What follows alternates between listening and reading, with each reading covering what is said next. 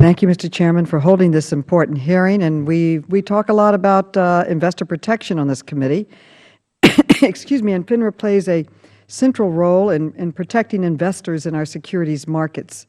Investor protection takes many forms, but in general, we focus on two main areas.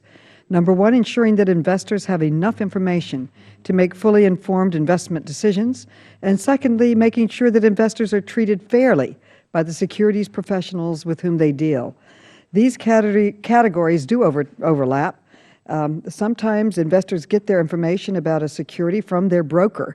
In that case, ensuring fair treatment means making sure that the broker discloses all the pertinent information to the investor.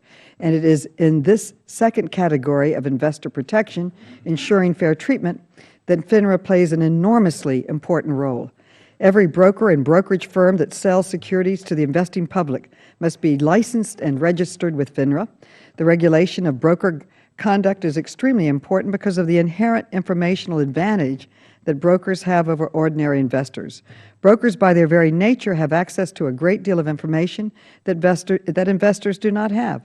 Most importantly, since brokers take orders from both buyers and sellers all day, they know which products are in demand.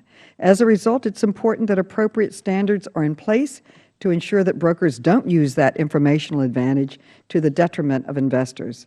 That's where FINRA comes in. FINRA ensures that brokers don't mislead investors and that they don't sell investor products that are inappropriate for them or are deliberately designed to be too complex for them to understand. And while this is a critically important role, it's not the only role that FINRA plays in our markets. It also plays a key role in market surveillance by identifying red flags and trading patterns that suggest possible insider trading or fraud.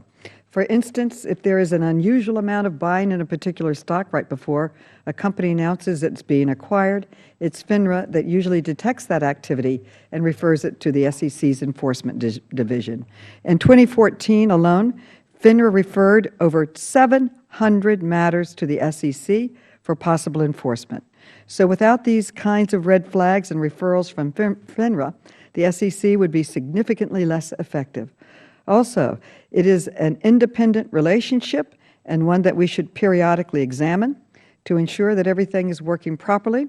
That's why we're here today, to conduct this necessary oversight of FINRA. So I look forward from hearing from our witness, and I yield back the balance of my time. Thank you for calling this hearing. Thanks, gentlelady. Now